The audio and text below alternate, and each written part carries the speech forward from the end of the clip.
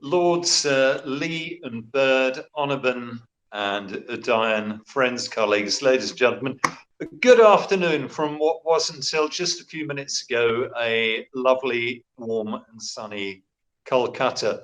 Diane, I know you are running very late, so I'm happy to fall on my sword and cut this intervention short if it would help you out.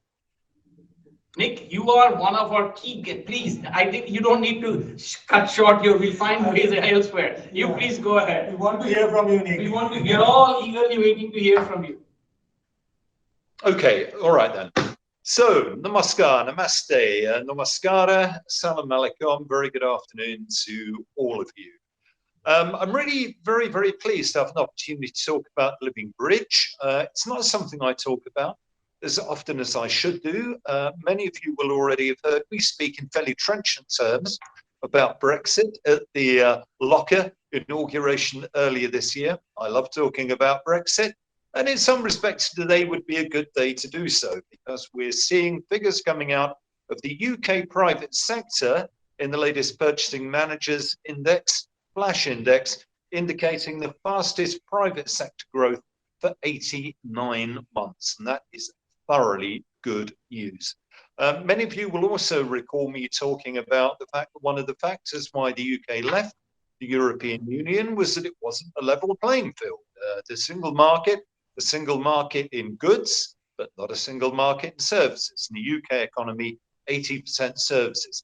Very interestingly, the trade figures we're now seeing between the United Kingdom and the European Union indicate a huge contraction in that trade deficit that we've run for many years with our European Union neighbours. And we're also on the verge of having a world-class vaccines industry. I think we got a little bit fed up with Frau von der Leyen and her colleagues threatening us with banning EU exports of vaccines to the UK. So we've taken action on that. And, I'm delighted to say that the huge new Vaccines Manufacturing Innovation Centre in Oxfordshire is going to go live a little bit later this year with the capacity not just to research new jabs, but to make up to 70 million doses every 6 months. So there you go. From virtually nothing, by next year, the UK is going to have a world-class vaccine industry at a time when not only will COVID still be a threat, but groundbreaking mRNA technologies are promising a range of inoculations against a whole range of diseases from cancers and dementia. Right, let's talk a little bit about the Living Bridge then. So here you have me, Nick Lowe, in Kolkata, currently living a British diplomat's life in West Bengal. You know, as far back as 1765, a Bengali did just the same thing at the other end. In other words, an Indian diplomat's life in Britain. Uttasham Udin was his name. He's widely regarded as being the first Western educated Indian to travel to Europe and to live in Britain. Now, that for me was a groundbreaking moment in the construction of the India-UK Living Bridge. Now, even I'm not old enough to have been around for the 200 years since Mr. Udin came to Britain, but it's very easy to see why the Living Bridge has withstood the test of time and is alive. In fact, more than just alive. It's vibrant, it's dynamic, it's vital, it's brimming with zest, with creativity, and with energy. And for all those of you listening who aren't already part of that bridge, we want you on it. We want you to be part of it. Look, when the pandemic broke out last year in India, I had a small role to play in getting a British doctor of Bengali origin back to the United Kingdom through a repatriation flight. She came to India wearing another hat. She wasn't wearing her doctor's hat. She was wearing a crown, that of Miss England, the beauty pageant. It was supposed to be Dr. Bashar Mukherjee's sabbatical year, focusing on high visibility international humanitarian work. Instead of continuing that, she chose to hang up her crown and go back to NHS, National Health Service colleagues at a hospital in Lincolnshire in the frontline fight against COVID in the United Kingdom. Now that, ladies and gentlemen, for me, was a landmark moment for a British Indian, a moment of truth. not which side she supports in an India versus England cricket match. I doff my hat to her for her resolve, for getting her priorities right. And those are two traits I would call in as really differentiating our 1.5 million strong PIO, person of Indian origin community in the United Kingdom. It's no wonder then that employees from this group have the highest hourly paid work amongst all ethnic communities in the United Kingdom. That includes the white British community. And there's more. A recent income distribution survey published by the Department for Work and Pensions found that the British Indian ethnic group had 24%, the highest percentage of households in our highest income quintile. And this year's employment published by the Office for National Statistics found that amongst the non-white UK demographics, the British Indian ethnic group had 76%, the highest percentage of its working age population in employment.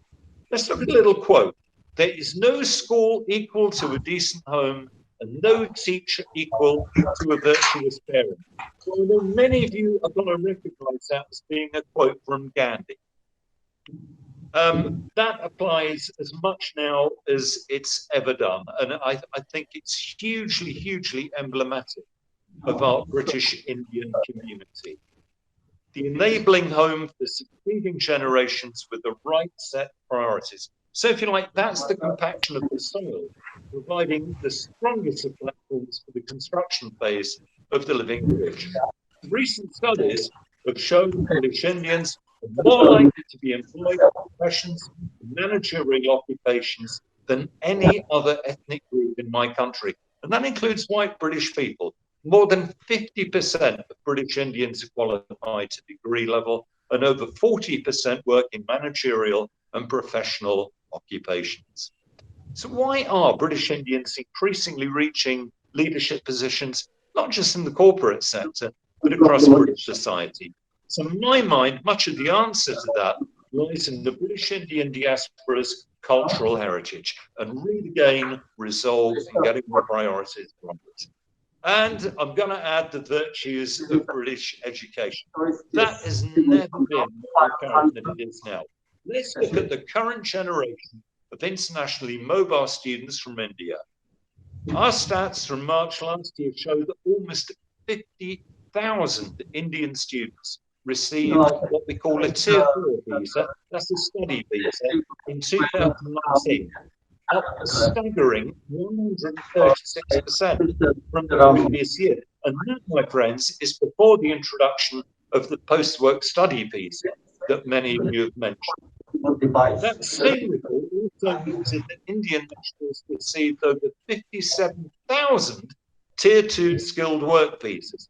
That was more than half of all the skilled work visas the United Kingdom emitted all around the world in the previous year. The previous speakers already mentioned some of the distinguished colleagues that we have from the British Indian community. We've got a speaker, and I take my hat off to Daniel Patriello, who will be coming on shortly to speak to you about visas. And do please pay close attention to what he has to say to you. The Living Bridge is now an old bridge. It's got more than 2 centuries of history. And old bridges have to deal increasingly with the complex modernization of transportation. And the Living Bridge of professionals too will need its skills upgraded. Upgradation, I think, as you say in India, not a word I'd heard of before I came here. So we warmly welcome the plan of the London Overseas Centre of Cost Accountants to introduce customized courses for finance professionals in collaboration with British academic institutions. This is an extremely welcome move towards retrofitting the Living Bridge and spreading the benefits of prosperity more broadly. And I know Lord Bird will have things to say about that when he speaks to you a little bit later on. It's worth reminding you that when it comes to managing finances, it's not just British business which are turning to our PIO community. In the most turbulent period for the British economy in decades, Prime Minister Boris Johnson handed over the keys of number 11 Downing Street to a British Indian. Rishi Sunak, as you know, was appointed Chancellor of the Exchequer, Britain's Finance Minister. Priti Patel is Britain's Home Secretary, and Alok Sharma is President Designate of COP26, the UN Climate Summit that the UK will be hosting in Glasgow in November this year. Now, this is important because it shows that the sky is the limit, not just for our British Indian diaspora, that someone has mentioned, it is our largest diaspora, but for other diaspora communities as well when it comes to career choices. Our diaspora are accepted 100% as part of British society. They can get on, they do get on. And we are a better country and a better society. So a strong sense then that the Living Bridge has had that fresh coat of shiny paint, metaphorically speaking. You've heard a lot said already about the success of Indian diaspora businesses in the UK. Grant Thornton, the accountants, studied 654 major Indian diaspora businesses. Their direct contribution to the UK Exchequer, as you've heard mentioned, in excess of £1 billion last year. And Grant Thornton also monitors the impact of UK companies in the UK annually. The last report looked at 850 investors, and they presented their latest findings yesterday in the presence of Lord Grimstone, our Minister for Investment, who rightly and warmly praised the continued flows of Indian companies creating jobs in the United Kingdom. These new Indian investments lead to the structural reinforcements of our Living Bridge, new skills, new intellectual property entering the United Kingdom.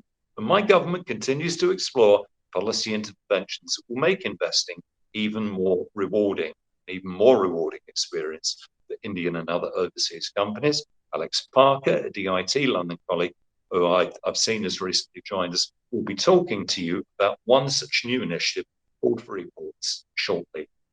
The current pandemic situation in India has led to the postponement, very sadly, of Boris Johnson's much anticipated physical visit to India. He was due to come here on Sunday. But I must say, I share your sense of anticipation and optimism that the enhanced trade partnership between our two countries will bring many good things with it and should create a roadmap to a future free trade agreement. Now, I wouldn't be being entirely truthful to you if I said that the Living Bridge was quite as perfect as we would like it to be. There are no structural deficiencies in it, but I think it could be better. So if you'll allow me, I've got to express a wish for replacing the deck of the bridge by pouring on a new concrete mix with a couple of key ingredients. I want to see our diaspora lobbying vigorously for the removal of trade barriers that we still have to free trade between the United Kingdom and India. And that's for the benefit of both our countries. And I very much like Mr. Goyal's an analogy for the UK having a role in solving India's problems and India having a role in solving the UK's problems. I will certainly drink to that. I'd also like to see a Living Bridge-led business-to-business market channels for enhanced two-way trade. I fear I've spoken for too long. We're behind the clock. So let me, ladies and gentlemen, please allow a civil engineer Nick to I want to end on a lyrical note. My favourite singer ever since I was a small boy is Sir Elton John. So I'm going to finish with lyrics from one of his recent songs. Mercifully, I'm not going to sing it to you. I'll just read it. It's called The Bridge. I've seen the bridge, and the bridge is long. They built it high, they built it strong. Strong enough to hold the weight of time, long enough to leave some of us behind. The Living Bridge will be going strong, long, long after I'm no longer here. And that's very good news. Thank you all very much indeed. Thank you, Locke, for this great seminar. And we look forward to working with you in the months and years to come.